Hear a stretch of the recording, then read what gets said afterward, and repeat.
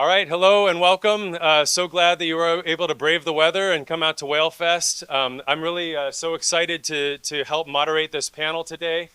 This has really been many years in the making, and it's a real celebration, right? We've been hoping for this moment to be able to present this to you all for nearly 8 years, and so it's really fantastic. We have an amazing panel that we're going to be talking about with you, and I'm just going to give just a little bit of context. I think you got some from the last presentation a little bit, but unfortunately, the issue that we're trying to address is that whales are getting entangled in Dungeness crab and other types of trap fishing gear in the vertical lines that attach a trap on the seafloor to buoys at the surface.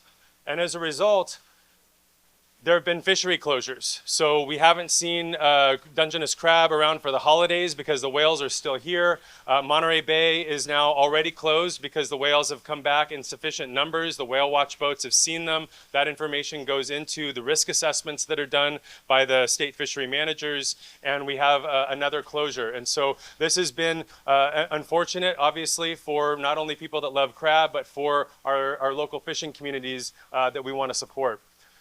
So the real exciting idea here is this idea of on-demand gear. It's also called pop-up gear or ropeless gear. And the basic idea is that all of the vertical lines and buoys that could entangle wildlife are actually with the trap while it's being set. So what you might have is a sled at either end of a string of traps on a ground line that are connected where there's no vertical lines in the water. When the fisherman's ready to come back and retrieve that, they send an acoustic signal to the trap and the sled, which then triggers the trap to release the vertical line and buoy so the fisherman can then retrieve it. So you might think this is science fiction, but here we are today to actually talk about the story of how this actually came to be an actual fishery. The pathway that we developed, and I wanted to recognize our intern Casey Cooper, who now works for the sanctuaries, is to, in the early stages, really introduce the gear and help fishermen select and really modify and tweak with the manufacturers how this gear is going to work. Once you get a system that you think might work well, then you move to the stage of reliability trials. You want to make sure that this stuff is really going to work and it's really going to effectively pop up reliably. Then what you do is move to an experimental fishery where you actually move for the units that are reliable to something where you're actually experimenting with this in a commercial context. You're actually seeing, can this be enforced? Can fishermen use this together and fish next to one another? And then ultimately, where we are now is in 2026, we have gear authorization where this can actually be used to allow fishermen in the springtime, when we have closures like we do now, for fishermen to be able to get back out on the water and restore their spring season by fishing with this new on-demand gear. And we've got some of the key folks that really figured this out. Bran Little figured out how to string traps together to each of these to make this much more efficient. We've got Marco Flagg, who's up here, who's been around since the beginning, day one, figuring out how to work with fishermen to do this. Kim Sawicki. So we've got some amazing people here on the panel. But I wanted to just share really quickly some of the results of the Subsea Sonics Guardian testing, which is one of the systems that was recently approved. 98% reliability rate over 2 years, and basically several hundred trips. Over 23,000, 25,000 traps set in each year. And I think the key piece is 1.5 million and 1.4 million in Dungeness crab that were brought in during the spring season that was otherwise closed, right? So not only is this working for the whales, but it's also working in terms of the economy. So we're really excited now.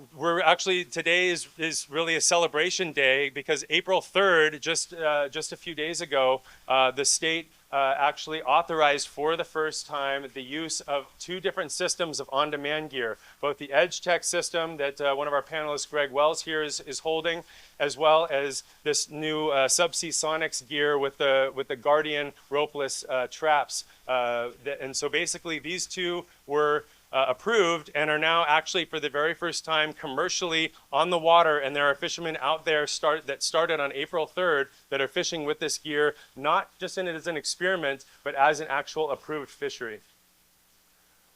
So what we're really trying now is to figure out how do we support these fishers, right? The state has some funding that they've put forward toward the ropeless gear library, right? So fishermen can try this stuff out and return it just like a library book. And that's being managed by Greg Wells, who's one of our panelists. Representative Panetta and Senator Padilla, our leaders federally, have proposed $15 million in funding for the next fiscal year to actually support fishermen in getting these new technologies. And there's also private donors. An anonymous donor provided money to provide a $5,000 discount for each fisher. And also there's $10,000 grants from the Ufodic Foundation and a number of other opportunities. So we want to make sure that the burden of getting this new technology and saving the whales isn't just put on the fishery itself, but something that we can support them in. So I'd like to now introduce the panelists. If we can maybe get the chairs out here. As I'm introducing them, maybe you guys can come up and find a seat, and then we could turn off the screen. But we've got Kim Sawicki from Sustainable Seas Technology, who's a researcher I've worked with for over 8 years now, who's been working on this throughout the United States and even in some other countries as well. Greg Wells, who's from the National Marine Sanctuary Foundation and runs the Ropeless Gear Library out of Santa Cruz, California. Bran Little, a commercial Dungeness crab fisherman who fishes out of San Francisco, who was one of the key pioneers that figured out how this gear could work. Stephen Mells, who has been working also as a California Dungeness crab fisherman for, 40 years now? And it was one of the key pioneers that really developed the new way to actually put some of these ropeless units inside a crab trap and develop that new system. Marco Flagg, who was actually one of the gear developers of the technology. He's the CEO of Desert Star Systems that makes all sorts of underwater technologies and actually is one of the manufacturers that these fishermen have worked with collaboratively to develop this system. And again, I'm Geoff Shester. I will be our panel moderator. So what I wanted to do, oh wait, where'd Joanna Grable go? I skipped you. You almost got out. I was like, wait a minute, we have an empty chair. So Joanna Grable is a key part of this story as well, because she's the head of the Invertebrate Project and all of the Whale Safe Fisheries Program for the California Department of Fish and Wildlife, and really is the key regulator that manages the Dungeness crab fishery and has actually figured it out. And it was her and her team that actually helped set up the criteria and actually approved the use of this gear in regulation. So that's really exciting to have this group here. And really, I guess before we even get started, just how about a round of applause for the heroes of this pop-up gear. Here's our mic number 2. Okay. So why don't we start? We can maybe start with Kim. Just give a quick introduction and how you fit into the whole story of the new on-demand gear. Hi, I'm Kim Sawicki. I'm the founder of a company called Sustainable Seas Technology. We basically do a lot of R&D testing of almost all of the on-demand gear that's out there in the world. We've tested all of these different units in Scotland, Ireland, on the East Coast, in lots of different fisheries. Currently, we're running an exploratory and experimental fishery here in California for box and king crab. And we were part of the EFP with Subsea Sonics and Guardian Ropeless, sort of acting as administrators of that and just making sure that all the fishermen were receiving the same standardized training. And then we did a lot of independent data analysis of the results. So I think that's it. Perfect. Greg? And EFPs are experimental fishing permits, so that's basically the testing phase. Hi everyone, I'm Greg Wells with the National Marine Sanctuary Foundation, which is the nonprofit partner to NOAA's Office of National Marine Sanctuaries.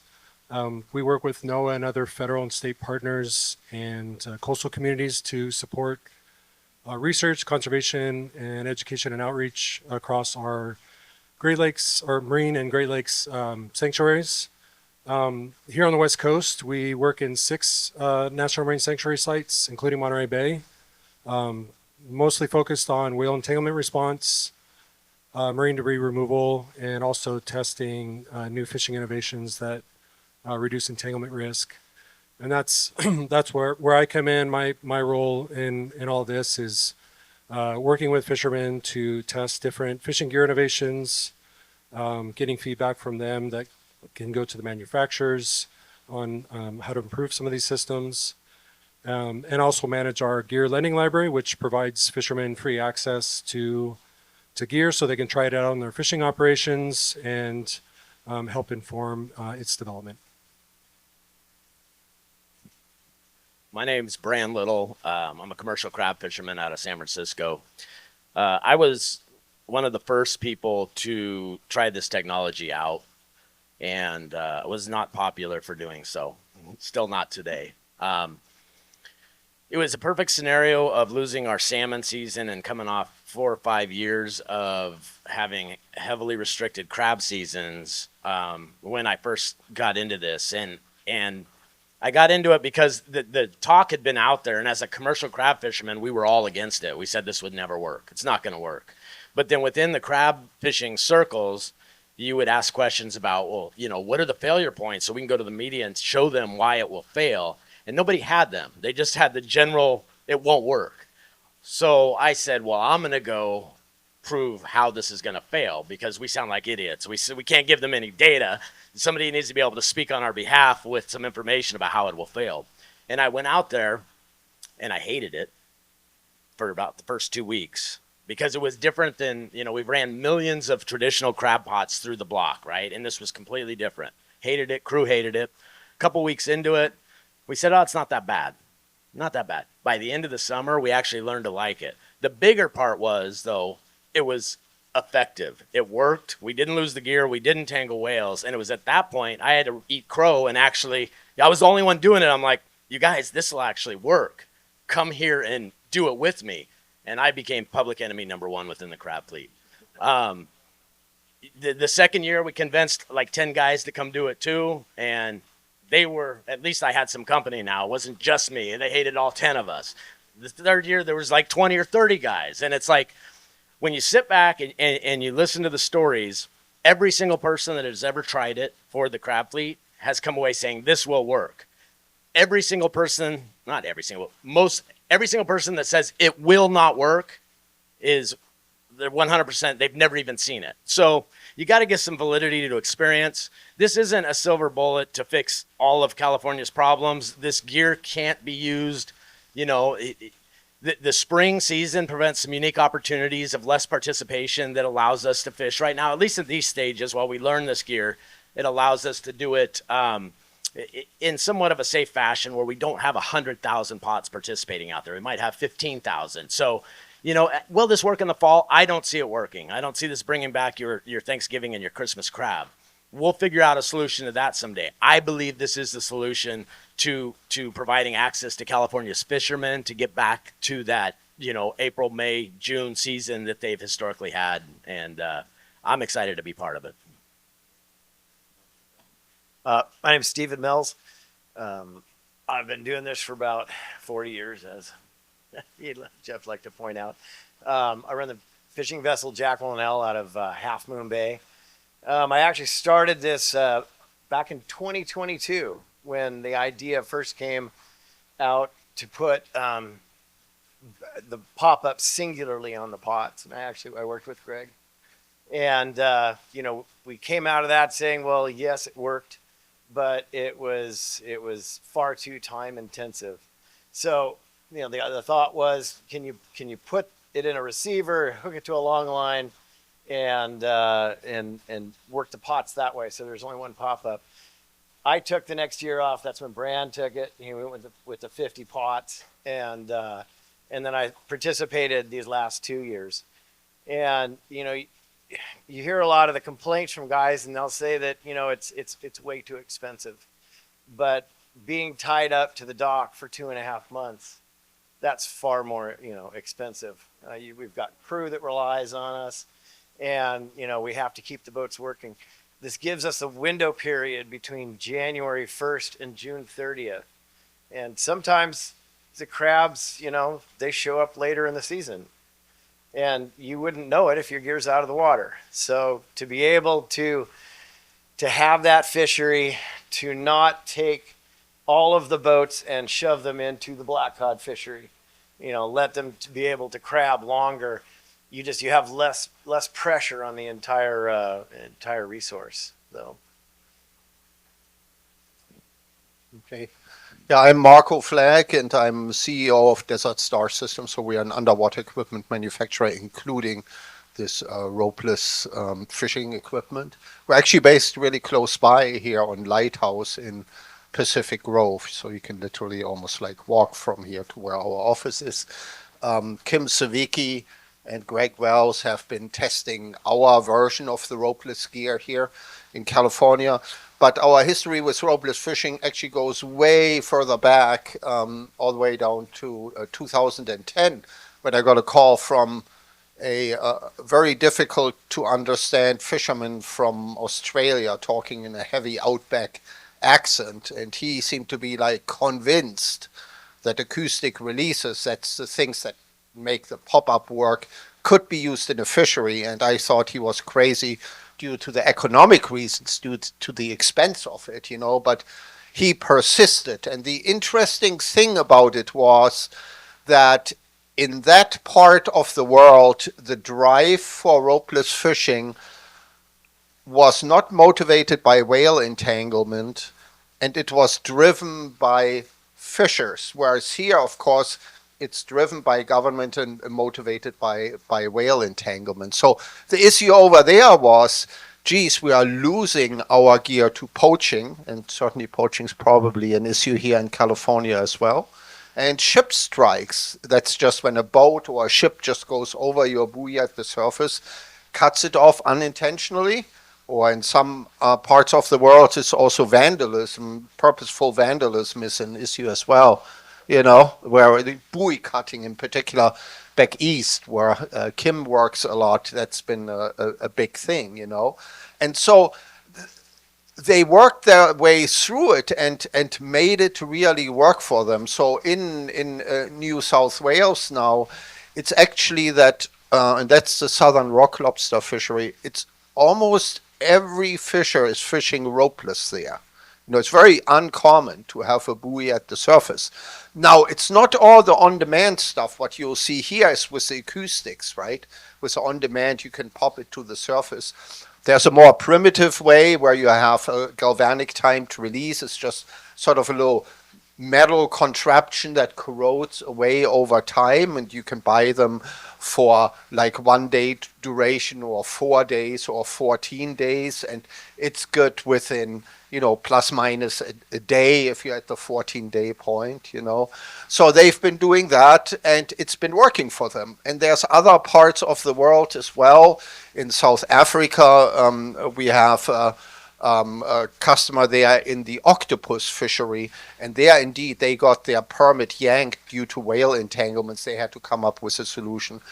They choose the on-demand pop-up, and it's been working for them. In general, the fishers then find a way to work through all the difficulties associated with it. They are uneven, some areas it's long set times, and you have to deal with just extensive marine fouling of the equipment that can just seize everything up when barnacles grow on it, In other areas, the issue is being super, super efficient, You don't have 10 seconds to waste if you're hauling whatever. How many hundreds of traps are you hauling a day?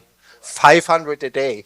Multiply that by even 10 seconds, that's an hour and a half, And so the challenges are different, but generally the fishers find some way to make it work, So that's the story from our end.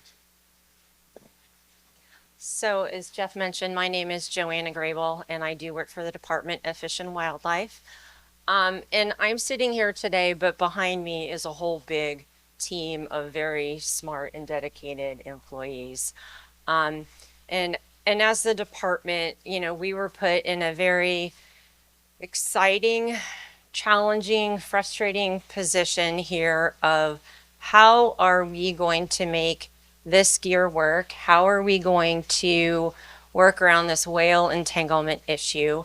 How are we going to test gear? How are we going to put regulations in place to ensure that this gear is actually protective, that it can be enforceable, that we are not causing even bigger challenges across other fisheries as well by allowing this gear. So as Geoff mentioned, it started pretty much about 7 years ago The state was given the authority to develop an exempted fishing permit program. And so this actually allowed people to go out and test things and do things that were not otherwise legal under normal fishing circumstances. And so that's really where this all started, was back with, specifically in 2022, people coming forward to us saying, hey, we have these ideas to test this pop-up gear. And so really that's where it started. It started with, one idea, then it came up with more ideas. And so I think we're excited that, we are 4 or 5 years into doing some of this, and we have actually been able to progress to a point where we are allowing this in the commercial Dungeness crab fishery. But that was not an easy thing either, and it also took a lot of, probably more time than people wanted. But that's our role, not to make things difficult, but we needed to make sure that the gear was safe, that it was going to work.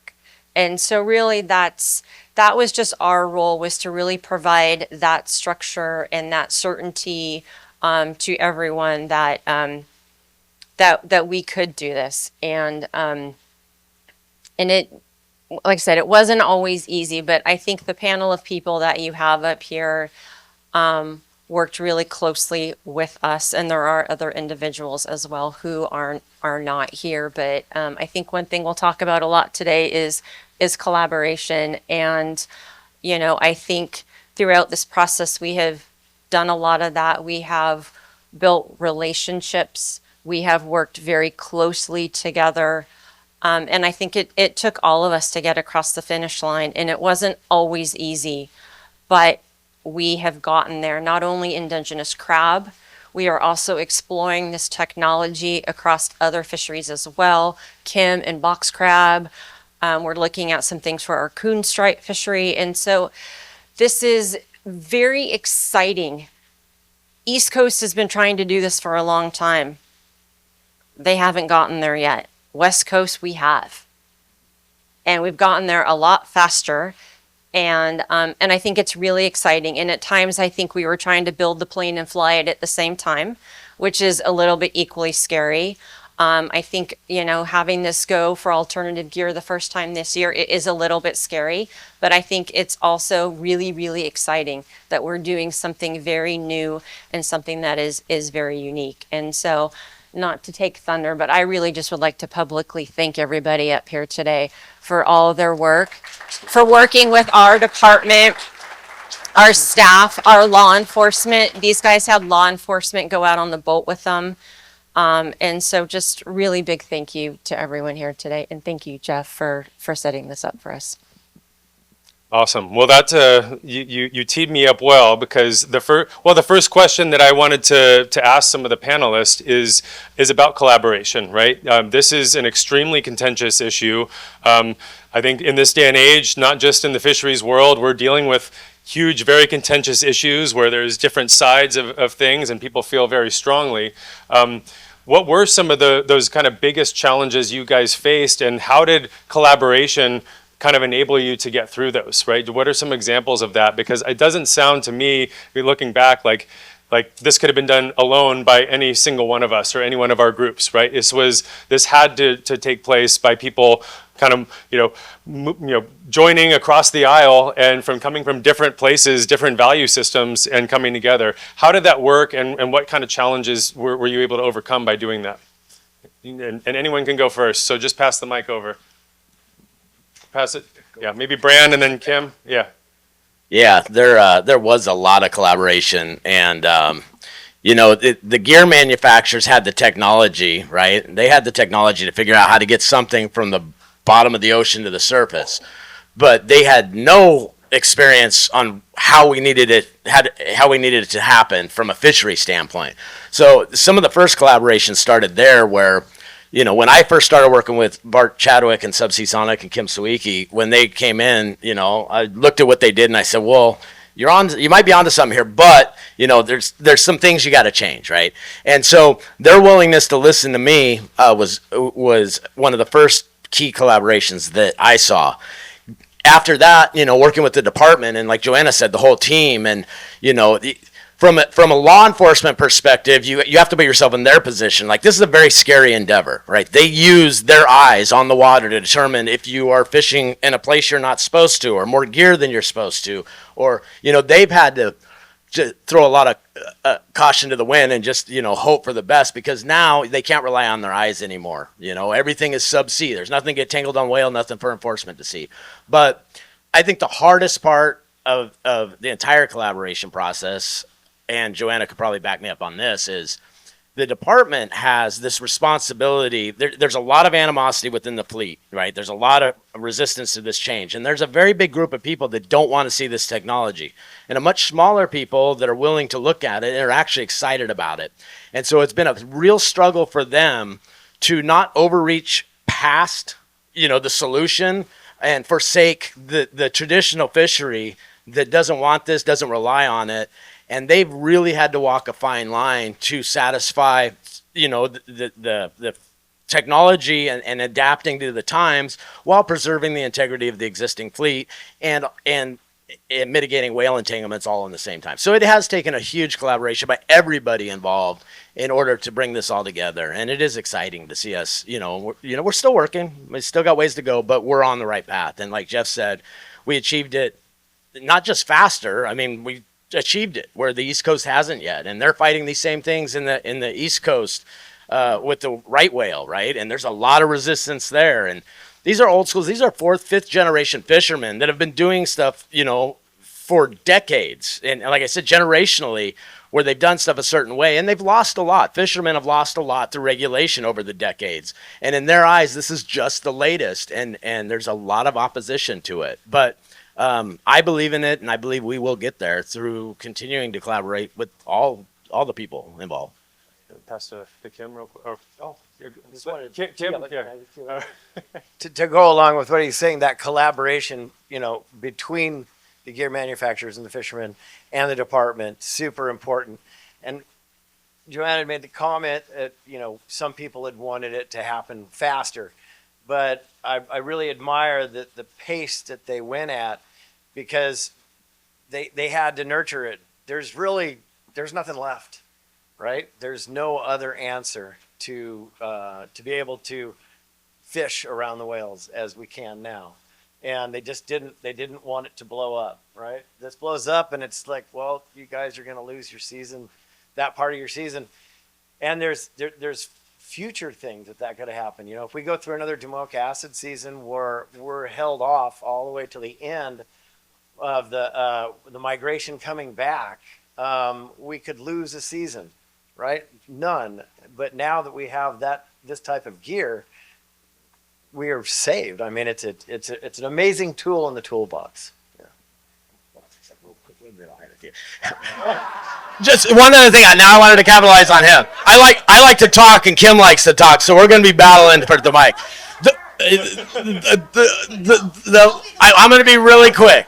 The one thing I wanted to point out too is the Dungeness crab resource itself is probably one of the world's truly sustainable fisheries. Like, we've been trying to fish that fishery to exhaustion for the better part of 100 years, and we can't. We literally cannot hurt it. So it's such a vital fishery as far as a seafood protein source to the country. And having this whale problem, we gotta solve it, because it's, like I said, it's one of nature's most sustainable fisheries. Good job. Should have put you on the end, Brand, not in the middle. So 2 things. I would say the first thing that Geoff, actually you helped a lot with back in 2018, you sort of helped, Geoff sort of kept me from quitting. One night we had this big meeting and I'm like, there's so many brilliant people here in this room. How do I think I'm going to come in here and help? Like, solve this fishing and whale problem. I was just like a mom from Connecticut who's like, I want to do a PhD, woo.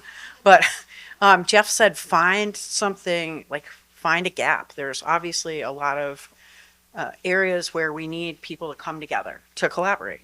And he said, find something that you think you could maybe help out with. And so the very next day, I went to all the manufacturers that were at this meeting, And I said, hey, look, we need to figure out a way to collect all the same data in all of the testing that we're doing.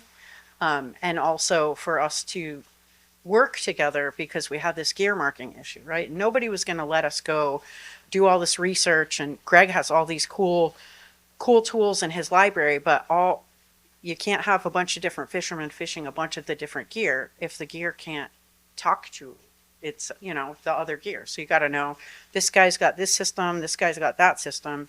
You don't want them setting over the top of each other. So that was a problem that we had to solve with the virtual gear marking and those cool little apps that you guys probably saw outside. So the first thing that we did is I went around to all the manufacturers at this meeting and I said, will you guys join a group? We'll just start a group together and talk about these issues that we have. And they all said, well, if you can get Marco to join, then we'll join. So Marco was the last one in the group I went to. And I was like, hey, Marco, everybody says they'll join if you join. He goes, oh, I'm in. Let's go. So we started the Ropeless Manufacturers Work Group, which was awesome because these are all competitors. Like these guys all work in oceanographic tools, and like Marco's been, I don't know, working alongside a lot of these guys for 30, 40 years or longer, but they'd never worked together as friends. They've always been like competing for other contracts. So that was probably the first and one of the most important collaborations, I think, for everyone, for all of this, all on-demand fishing. So that sort of led us into this exciting world where we're getting all of our apps to talk. So we went to the Marine Mammal Commission and they gave us grant funding for 2 years. So the next thing that I was tasked with doing was literally interviewing dozens and dozens of law enforcement personnel from all over the world to find out, well, what do you guys really need to know? And what kinds of information would you want to see in an app from these different manufacturers? Because we had to build this system that was going to make all the data go back and forth. Well, what data do you need? And nobody wanted to be that sort of LED group that said, well, these are the 20 things we have to have, and everybody has to have those too. No one wanted to do that. But what was amazing sort of next is that Greg and Geoff and I sort of put together some on the boat. You really put it together, but we went out on the boat with a bunch of law enforcement personnel from California and from the Invert group, some of the biologists, and they actually played with the apps and gave us feedback and said, hey, here's what we would like to see in here. This would be really good information. Could you also make it do this and that? And they were really the first group to give us that information that helped us set it up. So without that, we would have been kind of dead in the water. So definitely the department's LED group was huge for that and helped kind of pave that very first way for us to get all those apps talking together. So that was huge. Did you want to? Yeah, I'll just add, please. at the risk of repeating what's already been said, but just to put a finer point on, none of this would have happened without the collaboration with commercial fishermen and getting their feedback and them really being willing to try something new.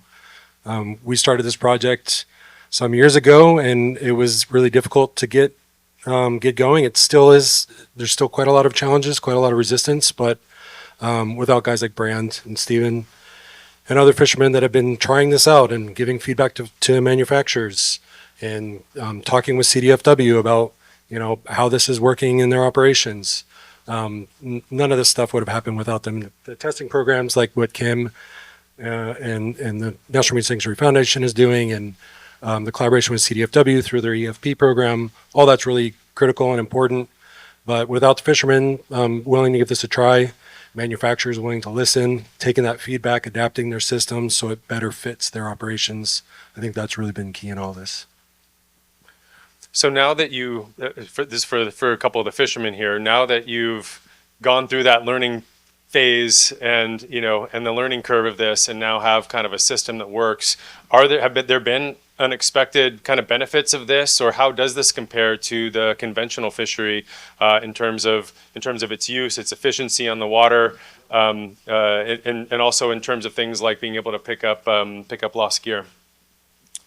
Yeah, like I said, it was when we first did it. I had me and one deckhand, and we hated it. we hated it. At the end of that, a couple weeks in, we said it's not that bad. At the end of the season, we started to love it. At the end of that summer, Justin came to me and said, "Hey, Bran, do you mind if I take traditional season off?" And getting a job on a crab boat's not easy, right? You don't ever let go of your spot once you get on. He goes, "Do you mind if I take traditional season off next January?" I go, "Really?" He goes, "Yeah." He goes, "But I really want to come back for pop-up season in the spring." And I was like, "What?" And he actually preferred it. And there are a lot of benefits to it, right? We talked about some of the gear loss. There's gear loss from ships, there's gear loss from other boats, there's gear loss from whales. There's maintaining and keeping, you put something out in the water in May on the surface, you can imagine the algae grows. There's a lot of scrubbing going on, keeping the buoys clean. There's a lot of benefits to longlining crab gear or any gear, right?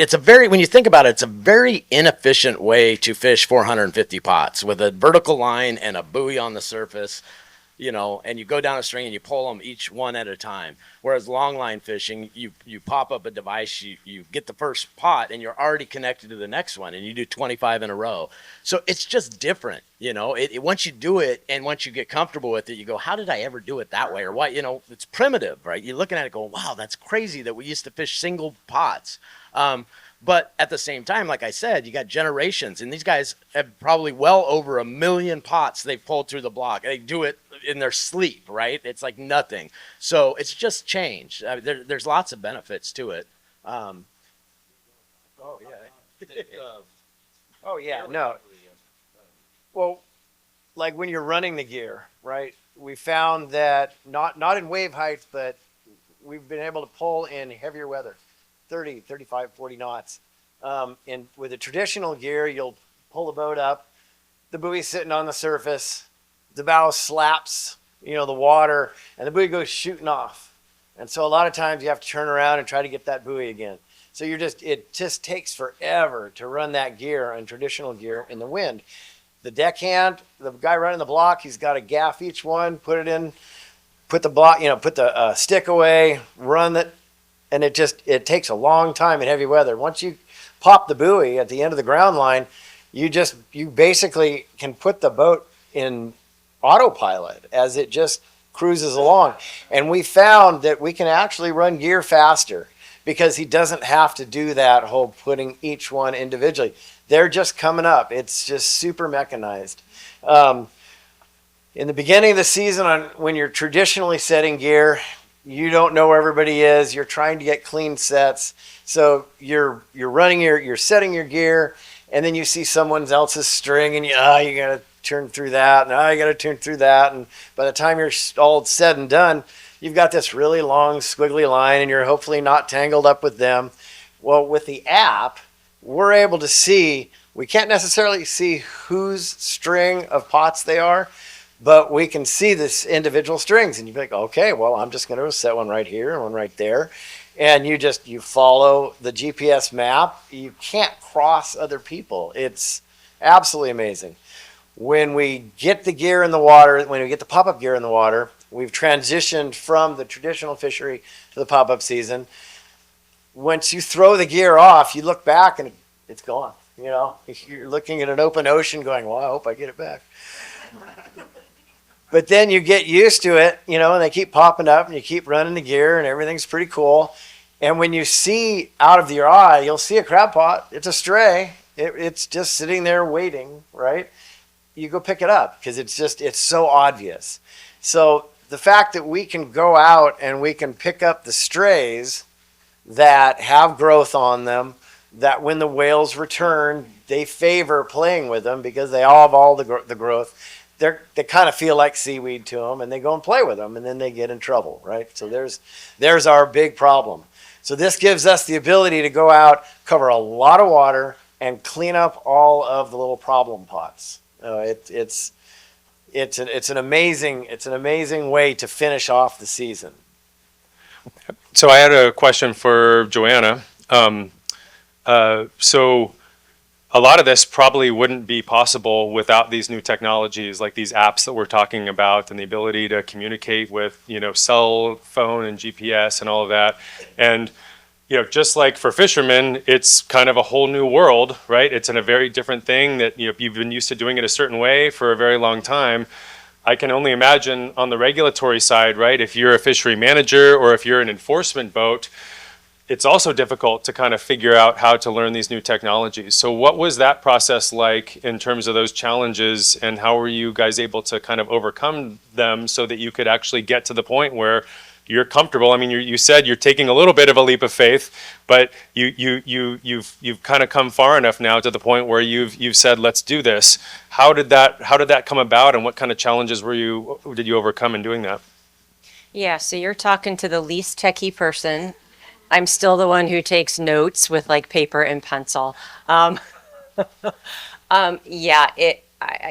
I think it was a huge leap of faith to get to where we are. I think really, and again, a lot of this, our law enforcement personnel, I think we're extremely key to a lot of this, and it's unfortunate that we don't have one of their representatives here today. But I guess that's, I'm wearing many, many hats. But yeah, I think, and that's partially why it took a while to get us there. It took a lot of baby steps. It took a lot of conversations. I mean, this was completely new things that we had to grapple with, dealing with technologies that we really didn't have the expertise in, nor did we have the staff to deal with. So, it started out with, we're talking about this pop-up technology of knowing where gear is at underwater. That's one piece of it. There's also the piece for electronic monitoring or vessel monitoring, actually knowing where the vessel is. So that was sort of the first baby step that we just implemented for our Dungeness crab fishery. So let's just figure out where these guys are at. And the reason for that was to understand, where's the fishing gear, where are the whales, is there overlap? So we were starting with that and just trying to understand that basic concept first, and then dealing with all of the data and all the technology and establishing all the specifications on how and when all that gear had, or all the data had to come in, and then who was going to take it, who was going to deal with it, who was going to deal with all the manufacturers of all these different types of equipment. So there is a group called Pacific States Marine Fisheries Commission, which works with all of our West Coast fisheries, and they deal with a lot of our data collection, and they're integral to helping us sort of work through some of this. So we leaned heavily on them for that piece of it. And then as we started to build out this ropeless portal, again, it's understanding where is that gear. And I think that's where a lot of sort of the leaps of faith for law enforcement particularly is really coming into play. And so through a lot of conversations, I mean, they needed to make sure that when the gear went overboard, if it could be like automatically logged, so that there was, nobody could sort of work the system and pretend to put a pot somewhere that it should not be. And so I think they were really working closely with all of the folks up here. And at some point, it's never going to be perfect. And we've gotten to a point where we feel confident, based on the testing that all these folks have gone through, based on all of the thousands of sets of data and all the hulls and all the years and all the things, that we feel like we are to a point where we're okay. It's probably not going to be perfect.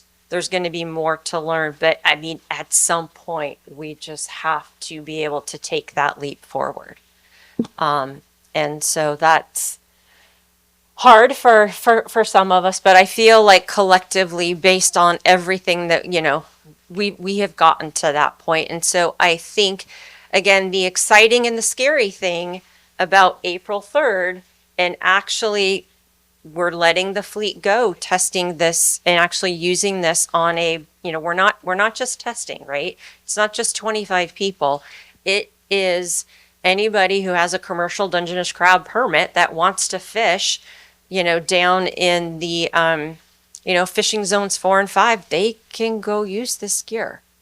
So we'll learn a lot as that stuff comes in, and then we'll adapt and just, adaptively manage and go from there. But I expect we'll learn some things, and it's not going to be perfect, but yeah, I think we got to a point where we did as much as we could, and now we just kind of got to let it go, let it fly, and see how we land up.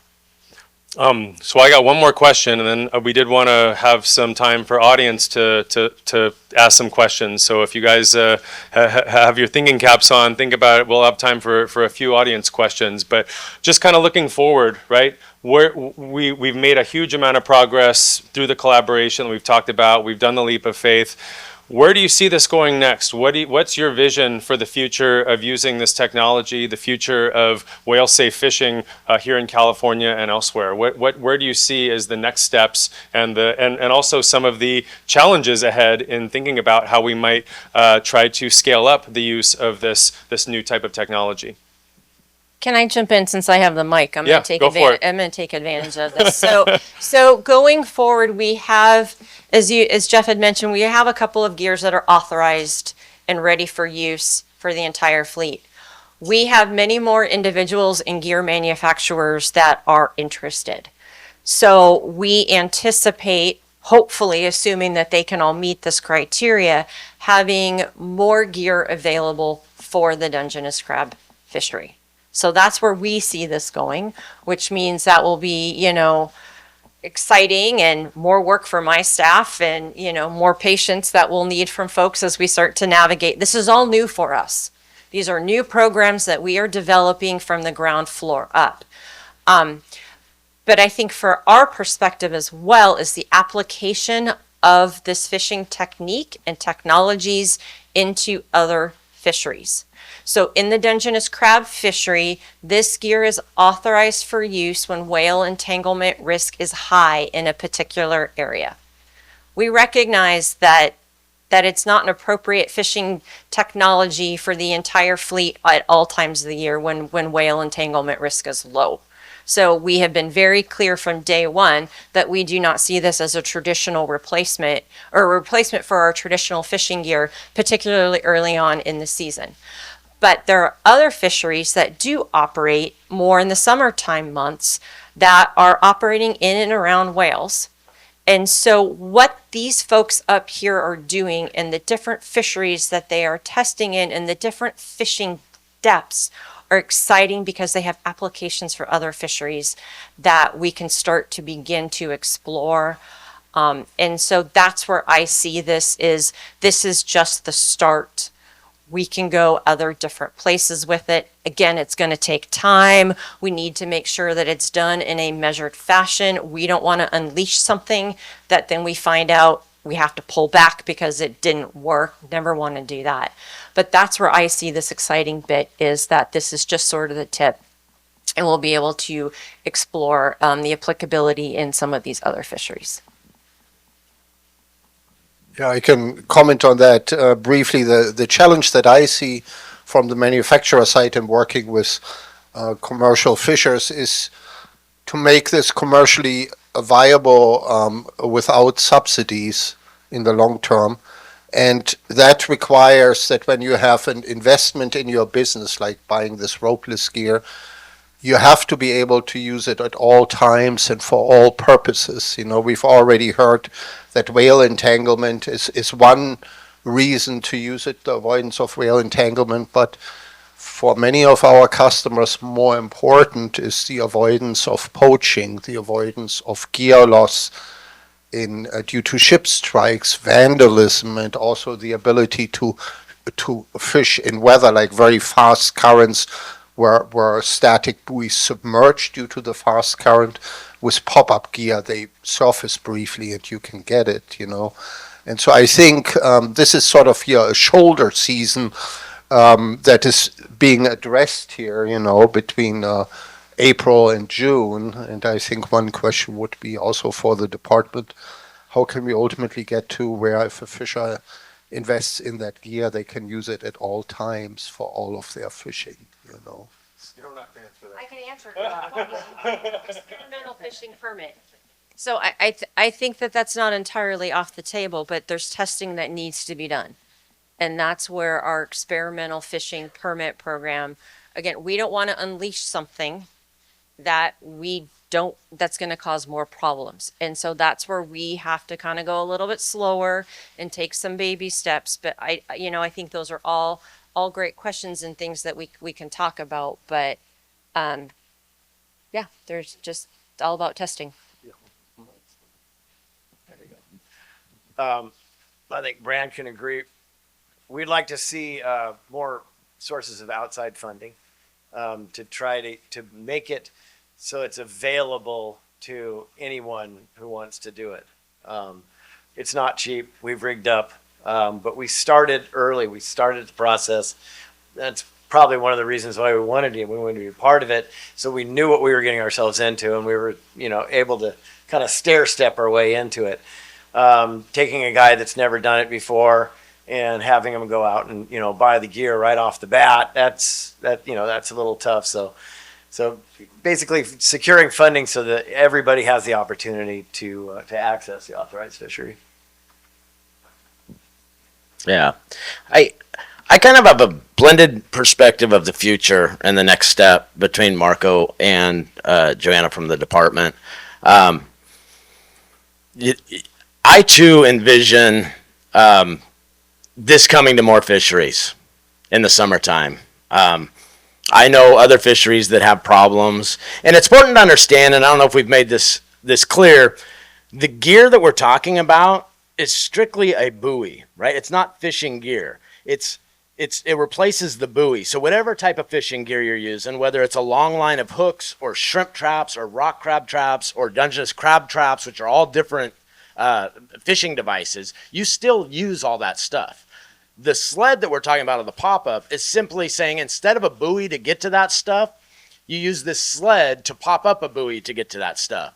So once you become comfortable with it, once the department becomes comfortable with it, and the fisherman owns it. I'm a perfect example. I own these things because I bought them. I saw the potential for an entanglement risk in my coon stripe fishery.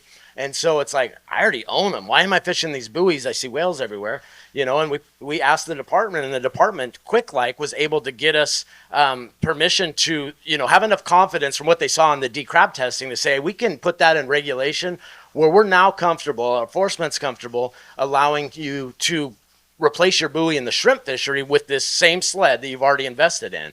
And I think that's going to come to new fisheries, more fisheries. Where I'll differ on Marco a little bit is there's a time and a place, and I'll agree with Joanna here. There's a time and a place for this in high risk times of the year. When the whales are 1,000 miles away in their Central America and Mexican breeding grounds or feeding grounds or whatever they do down there, they're of no risk. So to impose the expense of this gear onto a fishing fleet that has no risk doesn't make a lot of sense to me. And I would like to see us, as much as we do advance the idea of pop-up for summertime fisheries, I'd like to see us preserve traditional access where it's not needed. And there might be some disagreement between us and the department on when that line occurs, but we're working through that right now, right? We're in that time of year right now. It's like, when is it? Is it now? Is it now? We need to identify that. But there is just as much importance to preserve traditional fishing when there is no risk as there is to change the riskier times of year to use this technology. What was the question? Vision for the future. What's next? I don't know. I can't think that far into the future. But in the near term, I think just through our program, the Gear Lending Library, just providing that access to fishermen that maybe aren't in a position to invest or want to try the gear out first. Being able to support more fishermen in different fisheries. That's something that I can see us continuing to support. It all takes funding. As the guys said, the gear is not inexpensive, and they all come at different price points. So I think that's something that we're wanting to continue to support, just to give fishermen more opportunity to try this out if they're not quite ready to invest and they want to see how it will work in their operation. vision for the future. We're here now, right? Like, got here pretty fast. I feel like, I know for some people it seemed to take a long time, but that's fishermen for you.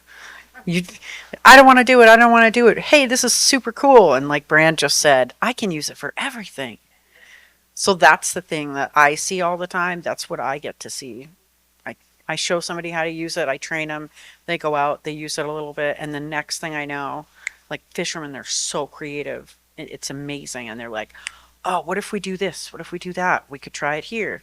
Could we change it this way? And I think just like, watching Brand from the first year he used it to the second to the third, he's always innovating. Like his sleds are getting tweaked. He tweaks things every year so that it's more efficient, it's less expensive, it's smoother, it's safer.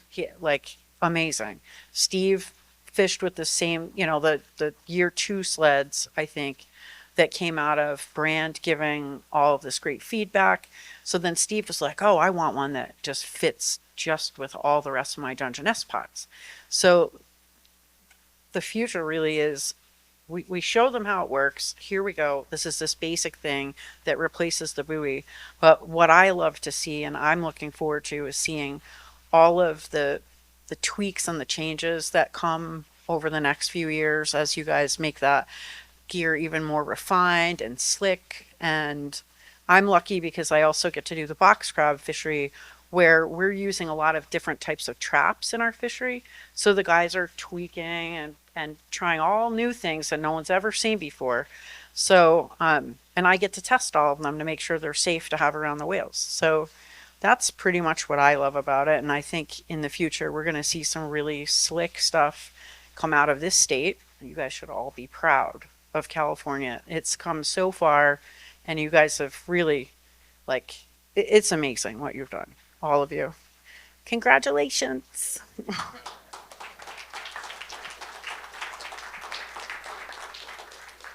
Yeah, I think, and that's what I said before. It really is a pleasure, working for an ocean conservation group to be able to work side by side with all these folks on, what we've developed as a shared vision, right? How do we make sure that our waters are safe for whales? How do we, get fishermen back on the water and support our local fishing communities that are right here at home and, be able to eat seafood that comes from these waters that we're taking care of? So this idea that we were able to use this new technology and collaborate to find a win-win like this is really just something that I think is really special and something that we were hoping to share with all of you. So with that, we did want to open it now to questions from the audience. Wow, looks like we got plenty. All right, I'll go you first since you're the closest.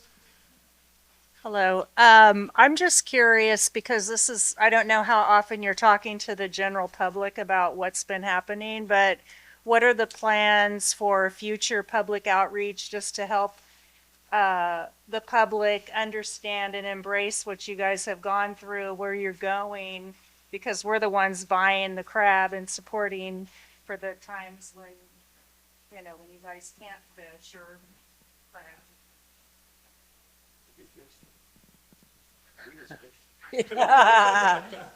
Yeah, so the Department of Fish and Wildlife Marine Region actually has a whole outreach program dedicated to this. So, or just to outreach in general. So we do have marine blogs that we do post out. So there are some listservs, and so people can get signed up through our department's website. And we do push out information.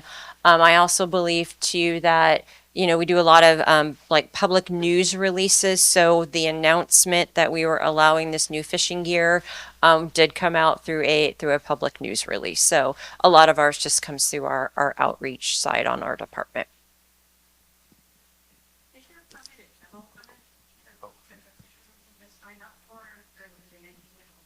Just repeat the question. So. Oh, they're asking about the permit. So specifically, are you referring to the crab permit? Is it just a general permit or a specific? So the experimental fishing permit is something that, and you're putting me on the spot here. I think there are certain provisions of like classes of people that like you have to have like be a researcher or a commercial fisherman, but like Brand could apply for an EFP to test this particular fishing gear. Yeah, I'm sorry. I can't remember the specifics of who is allowed to apply for it, but I think, yeah. So to answer that, the Dungeness crab permit is a limited entry permit. There's Yeah. only 600. There's 500 permits that So- you had to so- qualify for. Yeah, there's only 500 permits in the whole state of California, and the only way to get one is to buy one from a fellow fisherman. So it's not like more can be added. That's to get a Dungeness crab permit. Now this special gear, that was the experimental fishery, a permit to use this experimental gear in that fishery for the last 3 years. That EFP isn't around anymore. Well, it's kind of around. Greg still has one. But what they've done in the authorization, what the state's done, is said, okay, no more EFP where only a handful of guys can use it in the Dungeness crab fishery. Now the entire Dungeness crab fishery can use it in the spring. And real quick, your first question, public outreach from a crabber's perspective. There was some talk early on, and some of the markets will capitalize on quote whale safe crab, right, as a marketing gimmick. We as fishermen don't like to do that because that somehow implies that the non-pop-up crab isn't whale safe. And really, if we're responsibly harvesting and using traditional gear in January and February while the whales are gone, and then switching it over to pop-up gear, the entire California Dungeness crab fishery should be considered whale safe, right? So we need to do a good job reaching out to the public, letting them know their January crab is just as whale safe as their pop-up crab. It's the December crab that we're saying, hey, this isn't whale safe, and the state's saying, hey, we're not going to put gear in the water during this time. So this is a two-part question. They're related. So the first part, straightforward. How many crab pots are on a line that has then one buoy to come up? And how does that relate to Geoff's indication that it was like 98% effective? And so if you're one of those 2% and you've lost, instead of one crab pot, a whole bunch, how does that relate to your loss when you have individual lines? So it's Yeah, so the 98% is the success rate on each sled. So we're allowed to put 25 pots per ground line. And first time fishermen just buying into it they'll have one sled. Guys like Brad and myself have been doing it. We realize it's way easier when you have two. You could go to the other end for any other reason. So if there is a failure, you can go to the other end and pop it up. And if there's a failure on that one, we have a grapple. And we have to have a grapple on board to operate within the fishery. And that's super easy. You just go across your track line, drag the grapple, pick up the line, and keep pulling it. And that's one of the neat things about this fishery is you don't lose gear, right? I mean, when the springtime hits, everybody's out driving around. They run over buoys. You don't plan on or intend on doing it, but it happens. And you can lose that trap. Well, everything's on the bottom. It's safe. So, So the traditional fishery, you were asking how many pots are lost in that fishery, and there's about a 2 to 3% loss rate. But you need to understand that there's thousands of pots that go in to the water during the traditional fishery. So we have fishermen who have 500 pot permits. We have fishermen who have 175 pot permits. So all different types and classes, but we have about 350 active permits a year. So there's ends up being, and we can point to, we actually have it on our website. But so when you consider the thousands of pots that are in the water, traditional fishery is about 2 to 3% annually. Let's go to the next question. So you invested in all this gear, but once that all pops up, is it just like traditional crabbing, or do you have to retool your boats? that's a neat thing about it. You don't have to retool your boat. We've still got the same puller. We have the same line coiler. We've designed it so you can literally just go from one fishery to another. I've got a setup where I have 2 sets of gear. So I can run the traditional gear all the way up to when we're told it's time to take it out. We put that gear on the beach. We take the pot tags out of those, off those buoys, and we put them into the traps that go back out into the ocean for the other set. But there's no retooling because each trap is still kind of pulled one at a time. You're just driving up the ground line. You're not pulling the ground line. You're driving the boat up the ground line, not dragging it across the bottom, disturbing the bottom. Right, Geoff?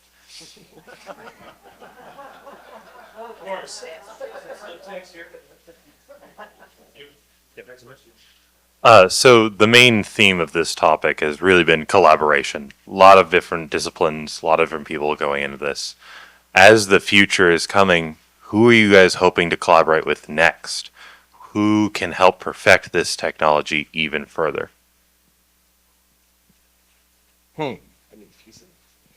Yeah, that's a good question. I mean, I think we have the key people. You know, we have everybody from the department to the scientists to the fishermen to the Oceana, and the key to the next part is just the fishermen embracing it, and the collaboration is going to have to come within the fleet itself. And that doesn't mean that you have to use the gear. Not everybody fishes. The Dungeness crab fishery is very heavily weighted to the front half of the season. We catch something like 80% of the available biomass in something like 10 days. It's crazy how fast we catch it. And as that's caught, people shift out of the fishery into other things. So they don't fish all the way to the end. Those people are so worried that this gear is coming to their portion of the season that they've spent every ounce of their being opposing it. And they need to understand that allowing the guys that do want to fish to the end, allowing them to retain their careers and do so safely may be the one thing that saves them in the future, because you're not tangling whales anymore, and it's going to allow them to preserve their 45-day season that they're accustomed to without risky entanglements later in the season that may bring that into jeopardy. So I think that's where the real collaboration is going to come. I think the other piece of this is with other fisheries. So it's the understanding that that this gear is out in and amongst all the other fishermen who may not be clued in. So there is definitely, I think, and that's something that as the department, you know, it's really on the forefront of our mind is how do we get it out there that there is this gear underwater so that these other fisheries who may not be clued in don't take a trawl net and drag your trawl net through this gear. So there is that outreach piece, and I think that's an important thing that we need to work on.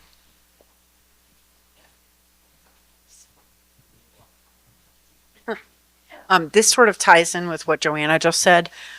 From my perspective, so I've been fishing this gear all over the world in all these different fisheries, and the one thing I never have time to do, and I really feel like we could all benefit from including other fisheries, is having like media or like digital creators, like people who are good at storytelling, good at the internet.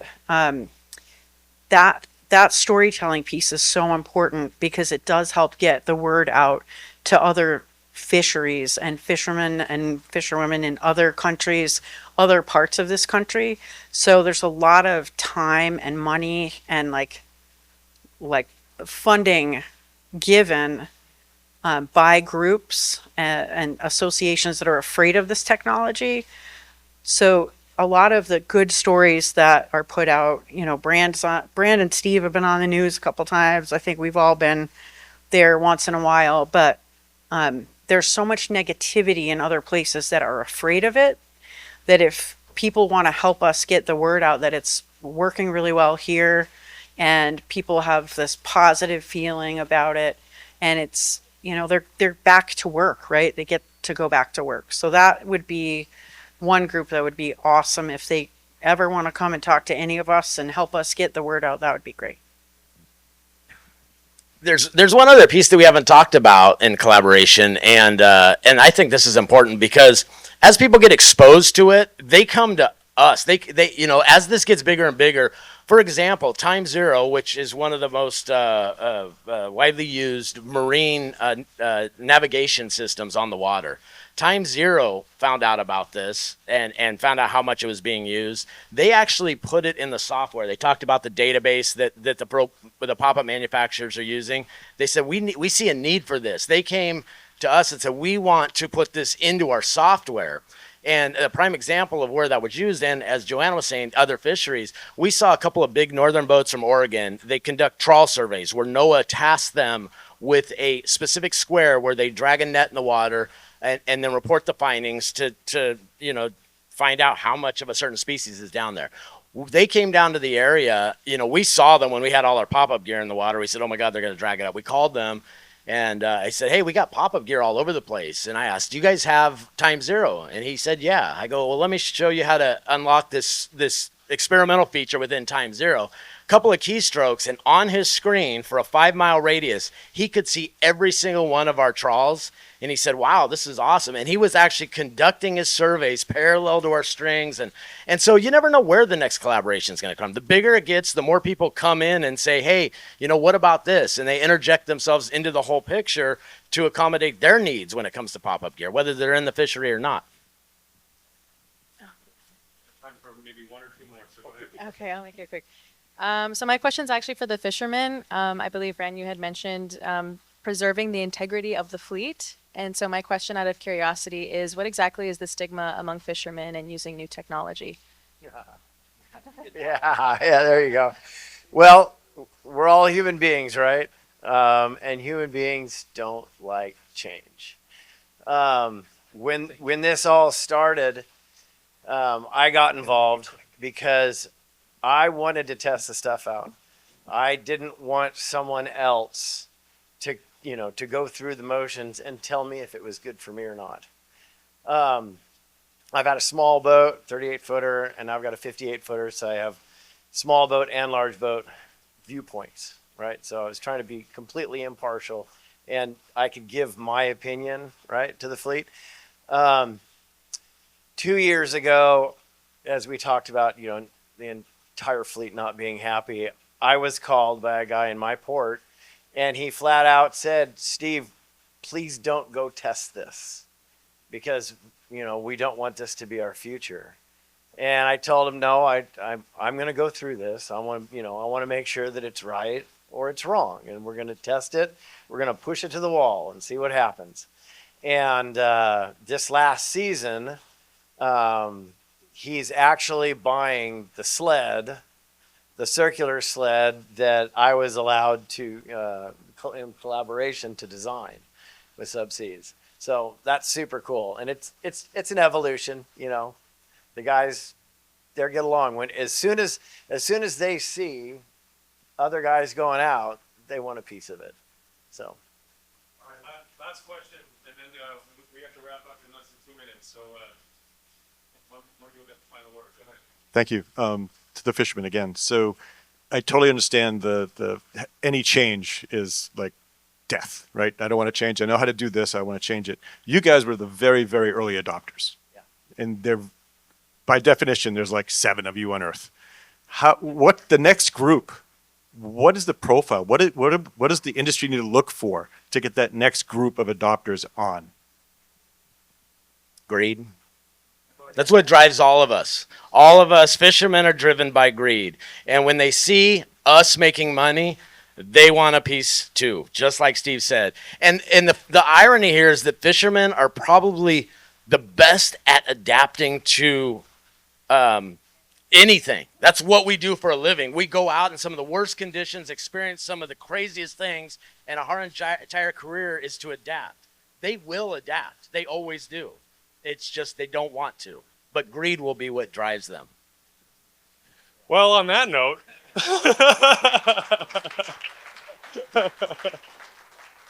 well, I did want to mention that the California Department of Fish and Wildlife and the National Sanctuary Foundation and Oceana, we all have a couple of booths right out there. You can get your hands on this gear. We're all going to be going out there. You can see some demos. Kim and Greg can actually show you how to use the apps, and so you can see how it works for yourself. Please come out there. And again, a round of applause for the win-win that all these guys did together.